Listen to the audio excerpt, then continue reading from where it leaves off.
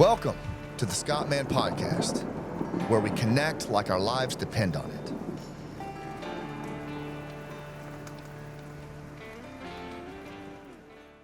What's going on, teammates? Welcome to the Scott Mann Podcast.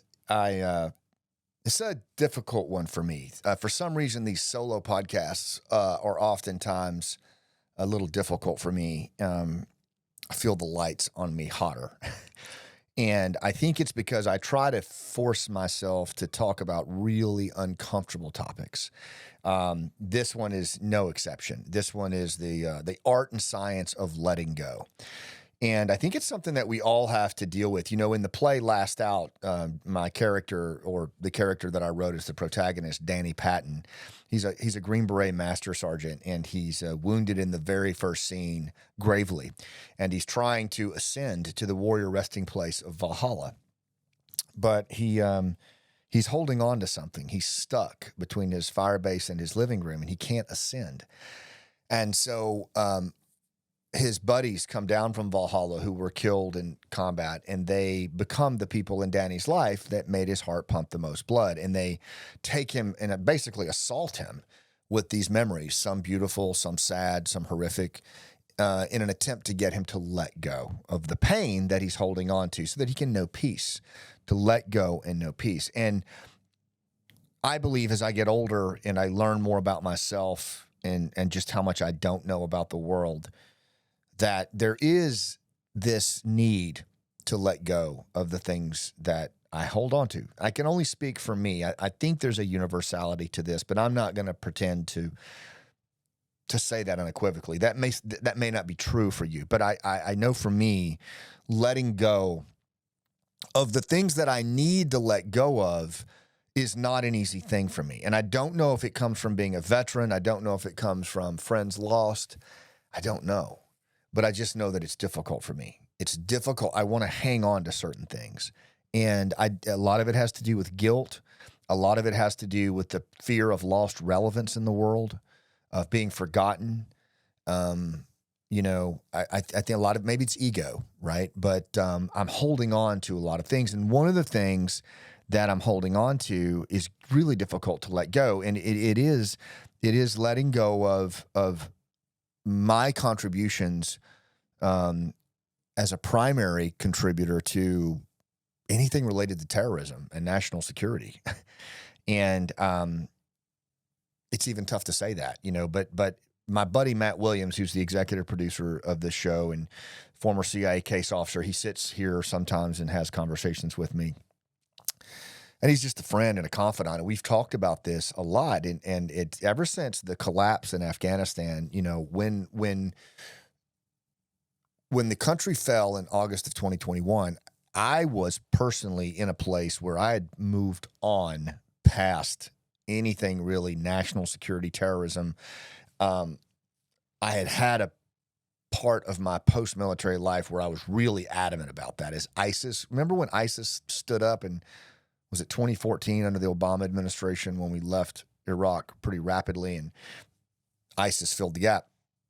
And I felt like a lot of the pundits on television knew nothing about this type of violent extremism, of Islamist violent extremism. And so I made it a point to go on the news and talk with newscasters on CNN, Fox, whatever, and really even talk to communities about the growing, almost apocalyptic view, horrorism, as my friend Dave Phillips calls ISIS. Their brand of terrorism is horrorism, hitting where you live, work, and play at this horrific level. And it's just an unprecedented end of days kind of multi-century narrative that they have that we don't frankly understand. So I did all that. Like I went on the news, and then as the first election with President Trump came in, it got so caustic and corrosive in the public domain. I just didn't want to be part of that anymore. So I left that world and really focused on putting our play into a film and just kind of putting the war behind me and finding a place in the corporate world, for-profit sector around storytelling, human connection, rooftop leadership. And that's really what I was doing when the country collapsed in 2021. And I think I do speak for a lot of veterans who said that we didn't want to get involved in Afghanistan again. We had no interest in going back into any involvement with that country, but we had such a history with it that the way that it collapsed, the way that the withdrawal happened under the Biden administration, it left us as veterans asking ourselves, all right, am I going to leave my friend Nizam to be killed, executed by the Taliban because the government's not going to help him? Is that fair? Is that right? Is that what I was taught by the very generals and admirals and policymakers who are, preached Shona Bishona, shoulder to shoulder for 20 fucking years? Like, is that how I want to be remembered? Is that how I want my children to look at me, my boys? And the answer was no. And I think a lot of veterans, global war on terror veterans, felt that way, right? So we jumped into the fray and we did the best we could. We had no clue what we were doing. We had no money, no authority. We had no time. And we just did the best we could. What we did have were relationships, pre-existing relationships. We did have technology. We had the signal room, which has become all too famous now, hasn't it? But we used what we had, and global war on terror guys and girls are very good at distributed remote operations, moving fast, swarming on problem sets. We've been doing that for literally 2 decades. So it was just almost like a natural evolution for these groups like Sacred Promise, Moral Compass, Flanders Fields, Team America, Save Our Allies, Task Force Pineapple to stand up. And they did. And what came as a result of that were some vetted allies got out, many more got left behind. But in the wake of that, and you've heard me talk about this, in the wake of that residual reality was that many of these highly vetted, well-trained intelligence operatives and special operators from the Afghan inventory were abandoned by the very agencies and departments that had run them for years, right? 20 years to build that kind of human asset, social capital, that, by the way, was the very Achilles heel that allowed 9/11 to happen in the first place. We were blind there, admittedly. We didn't have a partner force. The resistance we didn't listen to, Ahmed Shah Massoud Sr., and so we got struck strategically on 9/11. And then we spent the next 20 years saying, never again. We're going to build partner capacity with our special operators. We're going to build intelligence capacity on the human side. And we did, right? And then we walked away from it. The CENTCOM commander at the time said something to the effect of 98 to 99% of the human intelligence capacity was abandoned in Afghanistan in 2021. Well, the veterans picked up the phone. A lot of these veterans picked up the phone. Many of them retired. Many of them, like me, don't even have a clearance anymore. I let my clearance expire by design. I didn't want the damn thing. I don't work in the military-industrial complex. I don't need it. Don't want it. Fine being a storyteller, Colin. But we got pulled in anyway. And so these previously highly vetted, well-placed individuals, out of reciprocity over time, as veterans, as my buddy Duke says, worked to solve an Uncle Sam-sized problem with their checking accounts and their retirement pensions, started to get information from these abandoned sources about the activity and resurgence of terror groups inside Afghanistan. This started happening several years ago. And it was weird. These groups, some of them didn't, these volunteer groups didn't fall away. They stayed in place. And even just individuals that if I told you some of the names and what these individuals did, you would laugh your ass off. It would be like something out of a bad streaming series where like this, person has never served in the military, never did anything in Afghanistan, and is literally running assets that were managed by 3-letter agencies. And I'm not even fucking kidding you. And I've seen it. And we can laugh at it, we can roll our eyes and dismiss it, but the reality is a twilight zone emerged after the August 2021 collapse that saw civilians and veterans managing highly vetted sources on their MacBooks and iPhones. Now that fucking shit's real, okay? I don't know what to tell you.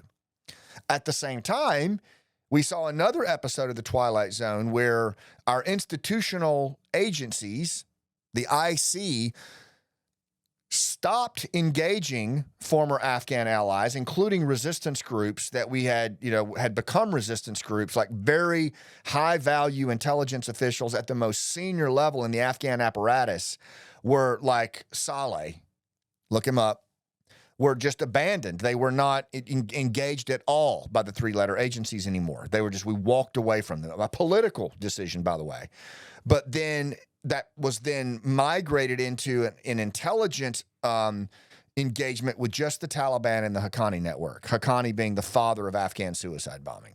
So while you simultaneously had these veterans engaging highly vetted, well-placed sources that were formerly belonging to case officers in the three-letter agencies, you had new engagement of the Taliban and the Haqqani network as humanitarian and CT partners by our government. Now, I don't know. I mean, if that's wrong, please in the comments or hit me up. Tell me where that's wrong, but I think it's right. Pretty sure. And what evolved from that is a very different way of looking at Afghanistan. Very different way. Over the last few years, our government has formed a threat picture that they acknowledge to some degree there is terrorism reemerging in Afghanistan, but it's ISIS, it's ISKP, the Islamic State Khorasan province. And there's really not an Al-Qaeda threat. And the Taliban certainly are not a threat. Haqqani's not a threat. They are actually potential partners in humanitarian work, diplomacy, and certainly counterterrorism. And we've shipped millions and millions of dollars to them, both in the Biden administration and I think in the Trump administration as well. So that's where things were. And then we continued to hear in our threat picture rumblings of an Al-Qaeda resurgence, and basically that bad actors were shooting the gaps. You know what I mean by shooting the gaps?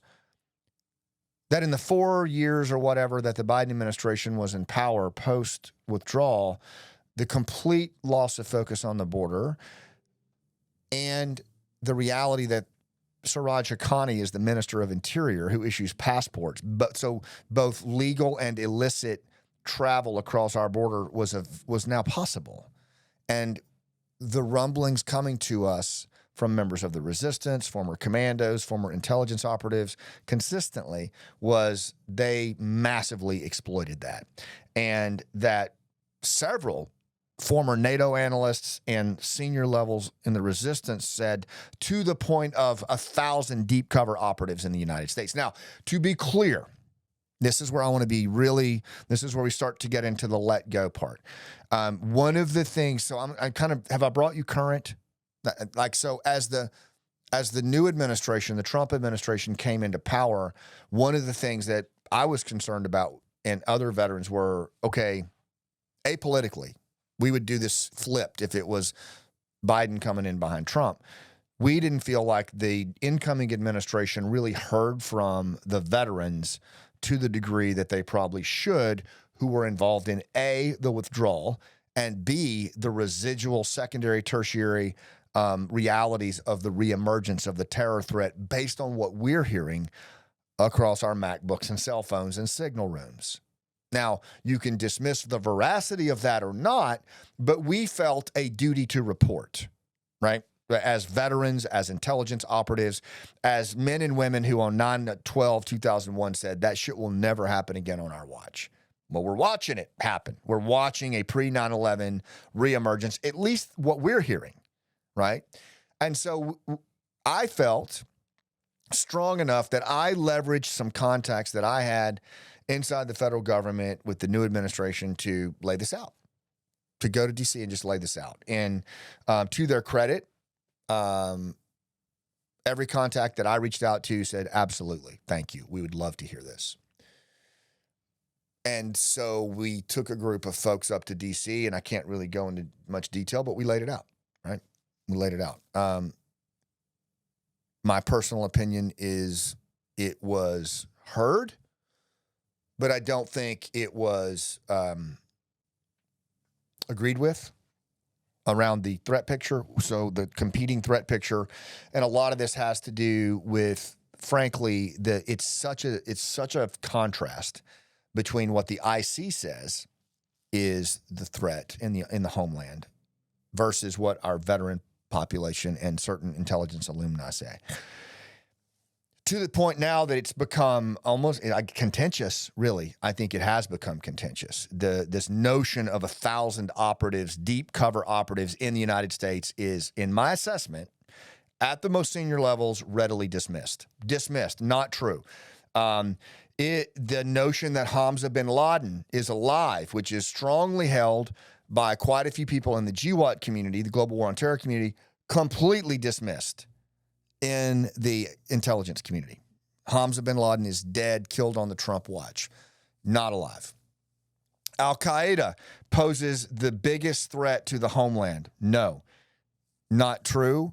According to the IC and the U.S. government, ISKP poses a threat.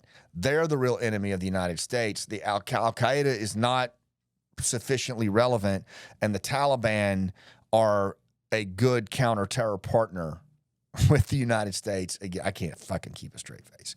Are a good counterterror partner along with the Haqqani network against ISKP. So for me, when I heard that, and I became unequivocally convinced that that is the position that the new administration takes, I roger that. North-south, 3 bags full. Duty to report complete. That's how I feel. And that's what I'm telling you. I came home, I sat down with Monty, and I just said, look, I feel like we did what we're supposed to do, and how do I feel about that? I still feel that it's a complete dismissal of, if it's not 1,000, what if it's 250? What if it's 50? But the fact that the reporting is coming from multiple channels, one of which is a highly regarded intelligence professional that for decades has been known as the father of Afghan intelligence, and has a track record of being right. In fact, was screaming it to the heavens pre 9/11 and fully ignored.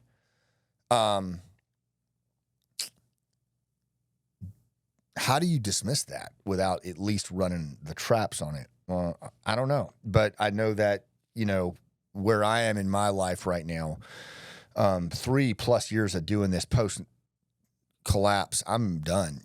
I feel like it's duty to report has been completed.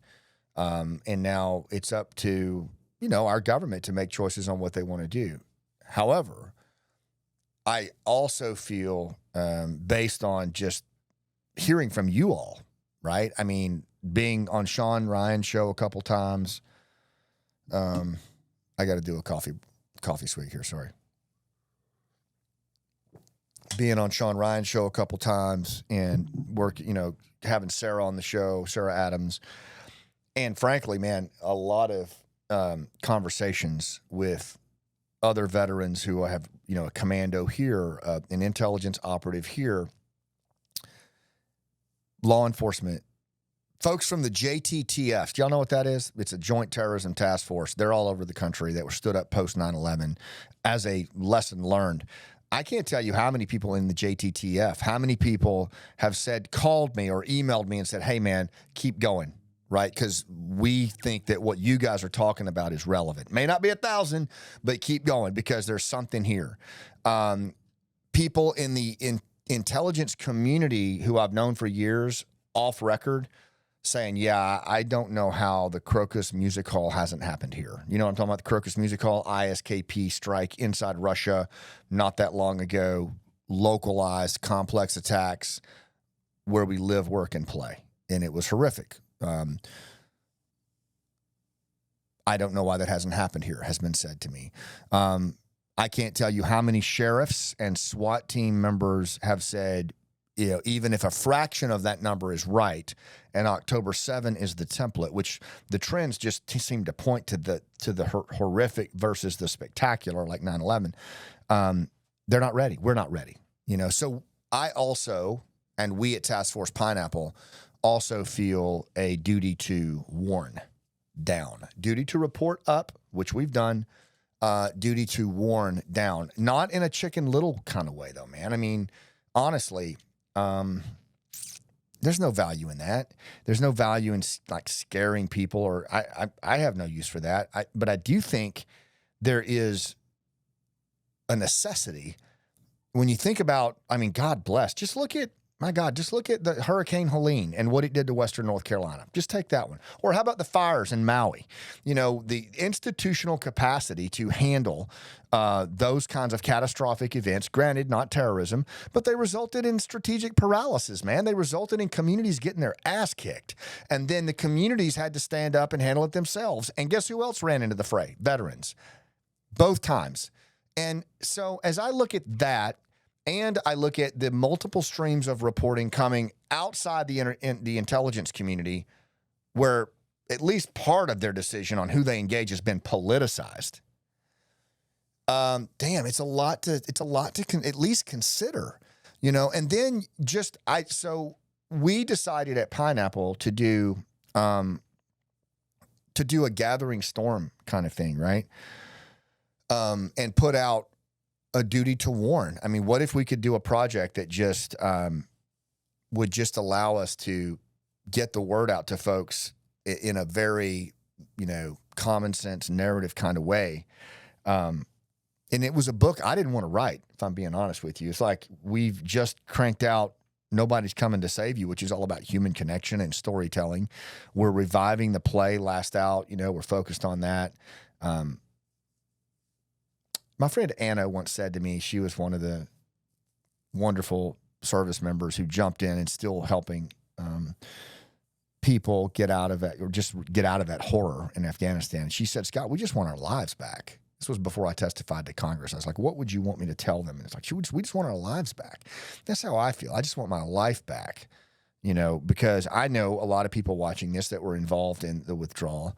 It could never compare to what those amazing heroes from the Marines and the 82nd and others did at Abbey Gate and Kabul International Airport in that terrible 11-day sequence. But, you know, for those of us who were involved, even working it remotely, it brought up a lot of old emotions.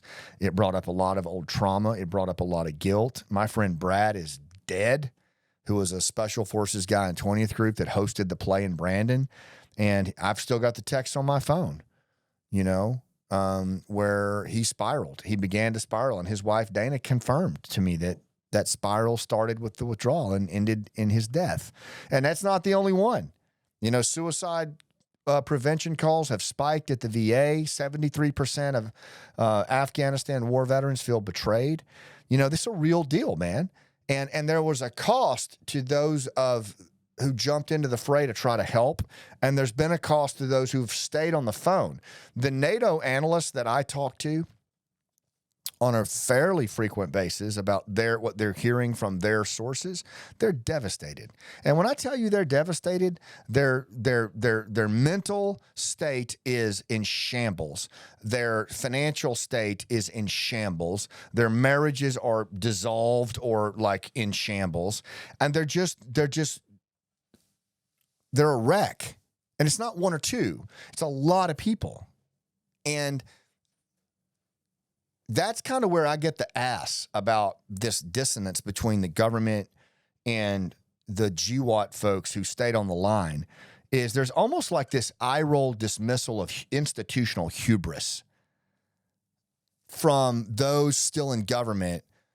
And hey, I just got a message for you, and you're welcome to respond to me anytime you'd like. I'm easy to find.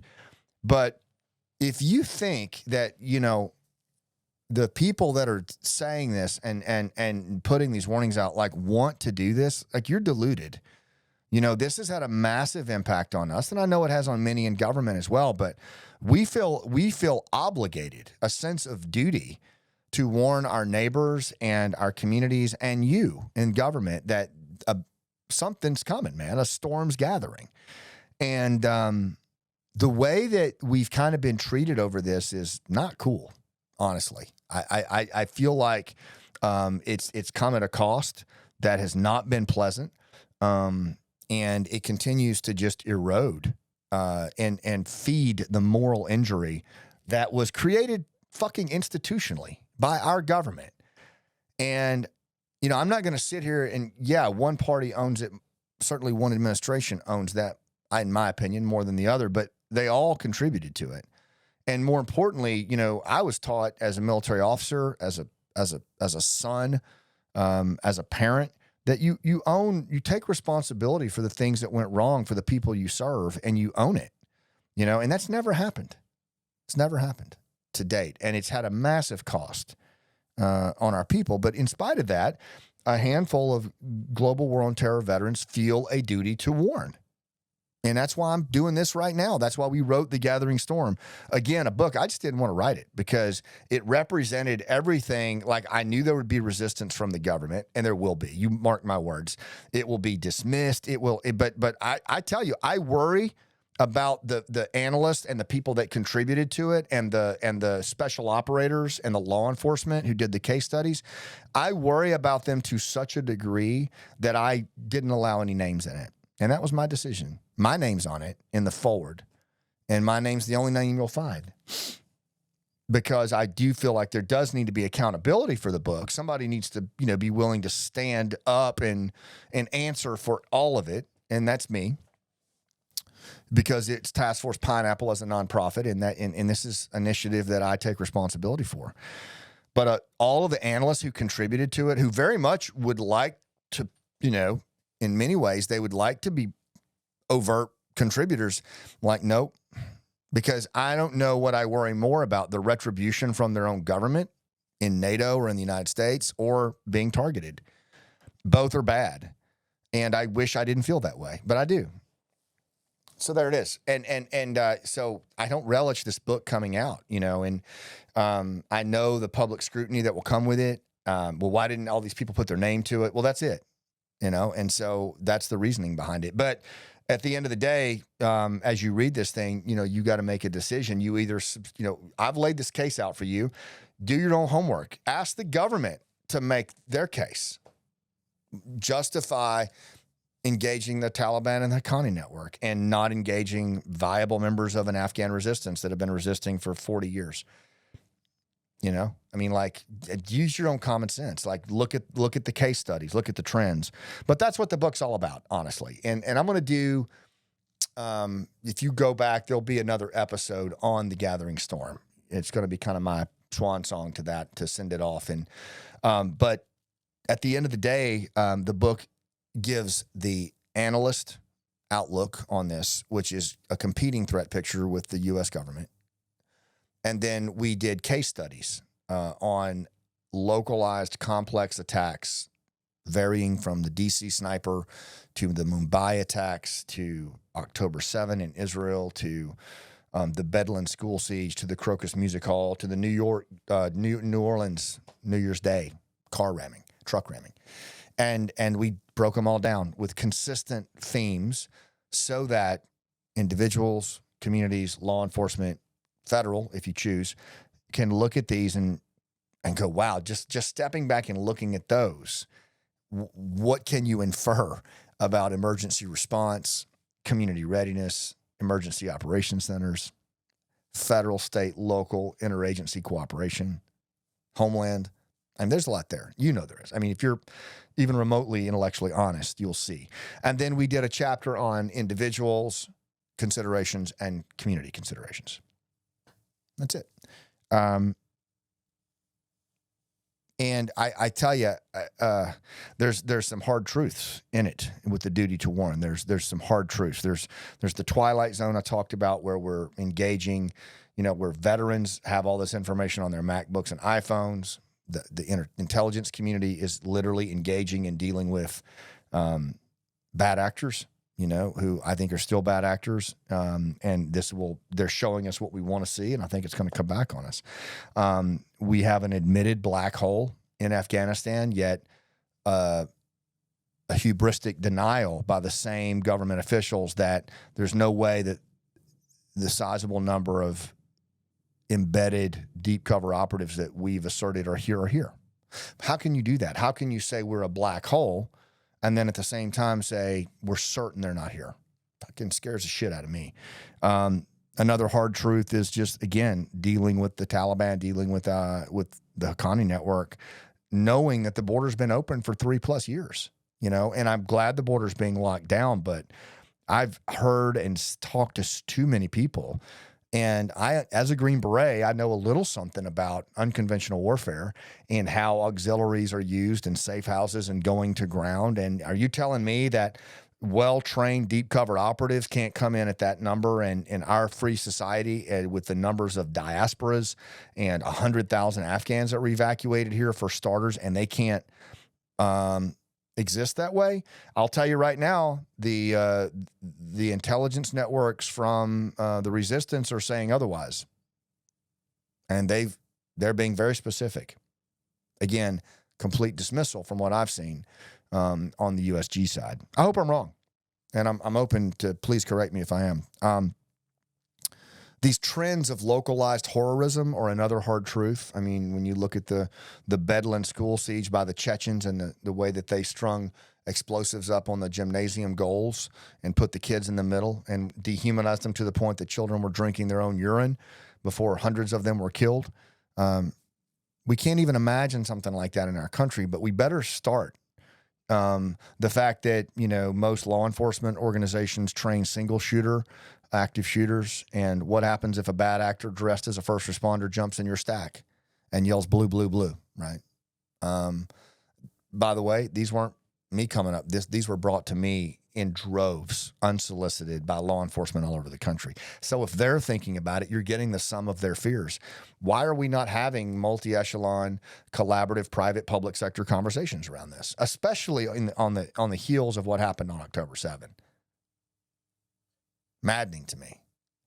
Another hard truth is just the bottom-up concerns around readiness that I just alluded to. I can't tell you how many hundreds of emails, particularly after showing up on the Sean Ryan show where Sarah and Legend and I were on there, from really skookum, respectable federal, state, local, who are all terrified, by the way, that their leadership finds out. You know what they're asking to do? Just so you know, if you're a U.S. government leader watching this, they're asking to be part of the Pineapple Signal Room.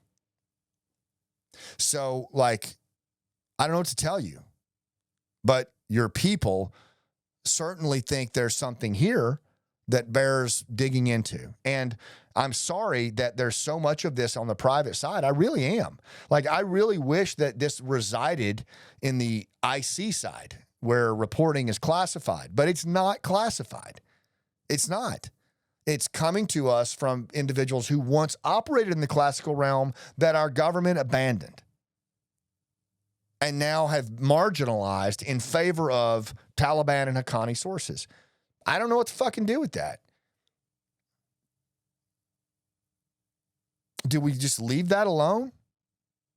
Do we just leave that on the side of the road?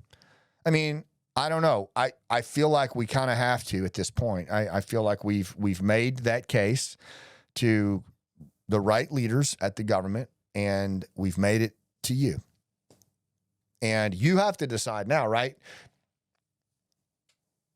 If you're good with it, if you're like, yeah, you know what? That's right. I concur. Like, I 100% concur. The Taliban and the Haqqani network are probably good CT partners. They'll probably do the right thing and target ISKP. I don't think they will maintain their global assertions of removing the West as an entity. And I think that the resistance and the people in it are probably just politically motivated and not looking out for what we need to know. And what these veterans are hearing is not true. We're good. Let's just let the government do their job. If that's cool, you got to make that decision, or any version of that, right? But at least make an informed one, you know? And I think what we've put in the Gathering Storm book at least offers the competing threat picture and objective case studies. Like, not even really tied to the threat picture, just other than the assumption of, if we were to get hit, live where we live, work, and play at a complex level, what could these possibly look like? And, you know, in your wheelhouse, do you think that could ever happen in the United States? I will tell you, I interviewed no less than 13 first responders and IDF members to October 7, and every fucking one of them said, you guys in the States better be thinking about this. But again, I could be Chicken Little. Pervasive hubris is a dangerous thing and a consistent thing that I see showing up again and again in governments around the country and around the world. So update, Colin, I'm going to update it. Our work is done with the Gathering Storm. And I, it's been a tough decision in that because I still feel very connected to it. I've made so many friends in this, but I feel like the duty to report, duty to warn has been honored. I think now there's much work to be done, and I'll talk about that in a separate podcast on where we go with this. But I do think that at Pineapple and the community associated with it, we did our best, and it's time for the U.S. government and state and local to act in whatever fashion they're going to act. And I think we did our best to warn individuals and communities. The book is now out. You can get it at tfpineapple.org. We're in the process of loading it up on Amazon. It is available in Kindle, hardcover, the audiobook. Where we stand on the audiobook, Colin? Should be out at the recording of this, so, a couple weeks. We're going to try to maybe even have some workbooks. But as far as the communities go, putting people together, I think we've left a lot of gaps, unfortunately, with things we didn't have answers for. For example, I don't know the answers for, bad actors dressing as first responders. I mean, but a lot of you do. And you can form communities of practice around that, and I start having these hard conversations. So I think that's where we are right now. And what we're going to do at Task Force Pineapple is we're going to go to the third duty that we've always had, which is a duty to honor. A duty to honor the men and women who fought the longest war in our nation's history and those that loved them and supported them. And we're going to do that through storytelling.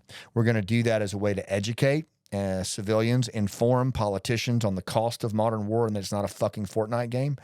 But we're also going to do it as a way to validate and heal the men and women who live this. We'll do it through storytelling workshops. We'll do it through our play, Last Out, Elegy of a Green Beret. The reason that we're doing this is because 3 out of 5 veterans still feel strangers in their own country, according to a study by More in Common. 73% of Afghanistan war veterans feel betrayed.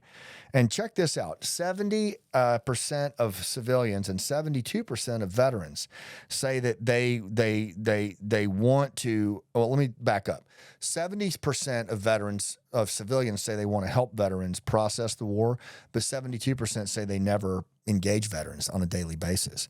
And over 70% of both veterans and civilians say that the primary way to heal and come together around this is art and storytelling and the creative work that's available to us. And that's what we've always done at Task Force Pineapple, and it's certainly what we're doing now. We're going to move to that so that we can really follow that duty to honor. Because that's the thing, we can't forget. We can't stop, working peer-to-peer to inform and educate and honor and tell the story. That's what civil societies have done for thousands of years. I can't change what administrations do or don't do. All I can do is, tell them what I know. And frankly, I think it's a Twilight Zone environment that's even put it in a position where we did it to the degree that we did. I readily admit I'm way out over my skis, and there ain't no fucking snow down there. I felt that way ever since the Pineapple Express stood up. And I know a lot of veterans feel that way. We've never felt good about the position we were in, ever. We put that war behind us. We paid our dues. We ran our race. We found ourselves doing it out of a moral obligation to our teammates. And a moral injury resulted from that. That just continues to get worse. And we want to address that moral injury and move to moral recovery, which is around the duty to honor, the duty to tell the story. So Last Out, Elegy of a Green Beret, be looking for that. It's touring right now. If you go to tfpineapple.org, you can find out how to get to the show. It's also on Amazon Prime. If you can't get to a play, all proceeds go back into TF Pineapple. We have a Hero's Journey Warrior Storytelling workshops that are going around the country right now. Man, those things are powerful. Our story coaches, you guys, are like Gold Star mom Holly. She lost her son Danny in Afghanistan.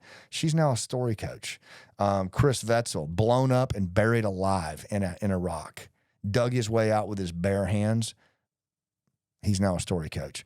Steven Spellman, first responder at Ground Zero, saw so many of his buddies die, crawled inside a bottle. It was so impactful on him. He's clean, sober. Guess what? Story coach. And these are the men and women that are training and working with first responders, veterans, active duty members, Gold Star family members who are in immense grief, military family members, helping them find their voice and tell their story. Because stories are for those late hours in the night, as Tim O'Brien says, when you can't remember how you got from where you were to where you are now, for when memory is erased and there's nothing to remember except the story. That's what it's all about. And I'm proud to announce, and I'll do it here, that I'm rolling out a new play. Operation Pineapple Express is going to be a one-person play. We have been writing quietly on it, our team, since before Thanksgiving of 2024. And we have the script almost ready. In fact, it'll be ready this week at the recording of this podcast, and it is going to be going on tour. The world premiere is going to be on the anniversary or around the anniversary of Abbey Gate 2025. So the 4-year anniversary, I guess. It's a powerful one-person show that tells the story of what happened in the abandonment and the withdrawal, and asks you very simple, what does a promise mean to you, and how far would you go to honor it? You know, it's going to be a powerful show, and I hope that you'll be part of it. And then Last Out tells the story of why Pineapple Express happened in the first place. You know, so it's the full package, man, and we're super proud of it. Some closing thoughts. This is for whoever wants to hear them.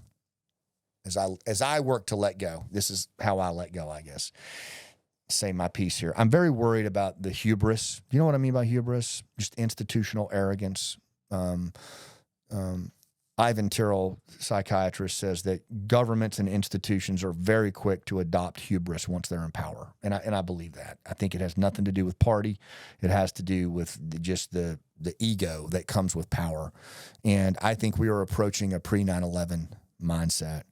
The trance that people are showing, the contempt for our neighbors from a trance-like fear state of shadow tribalism is going to divide us and take us off a cliff if we don't figure this out.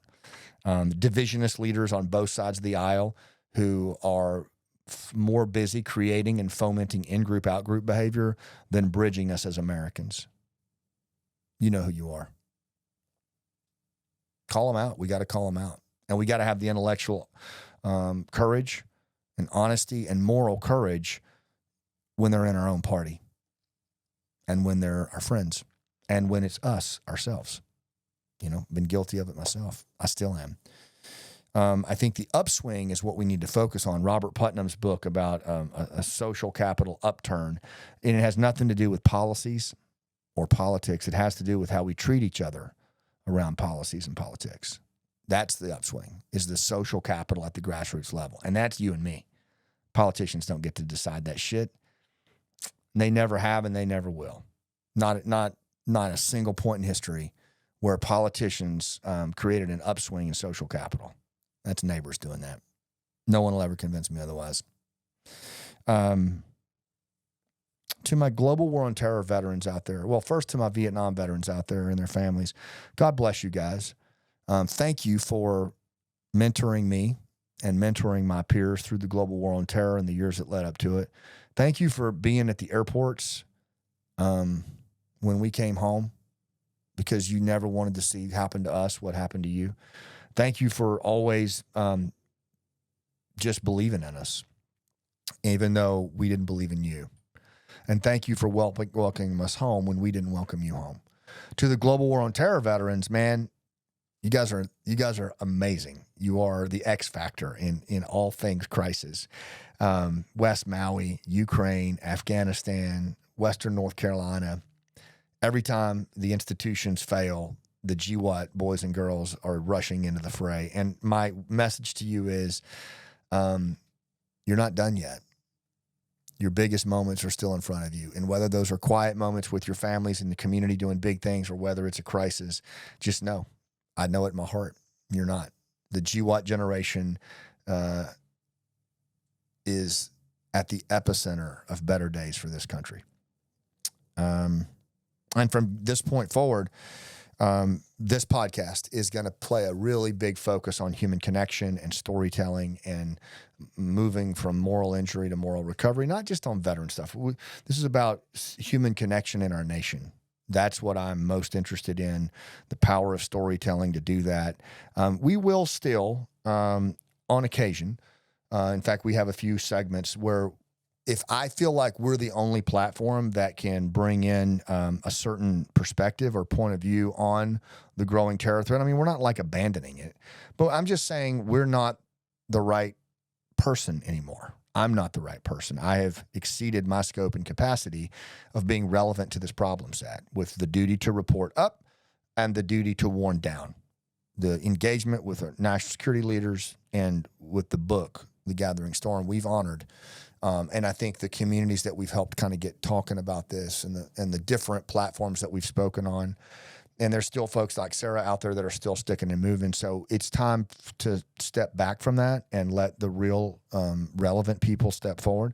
But we'll still engage where it makes sense. We will still have guests on, but it will not be to the degree that you've seen. This book, The Gathering Storm, is going to roll out with relatively little fanfare. There's not going to be a big marketing push behind it. It's on Amazon. It's on our website. And the idea and all the proceeds come back into TF Pineapple, and we'll also go to a few of our analysts who are basically handling assets that need help. So there you go. And I think that's it. I think we're going to wrap it there. I'll just want to thank all of you for sticking with us as we've done this over the years and as we've worked through this. And I just invite you to continue to work with us in this arena, because there's so much work to do on bringing our country back together, on making a big impact in the world through human connection and storytelling. And I can't wait to do that with you. Thanks for what you do, and I'll see you on the rooftop.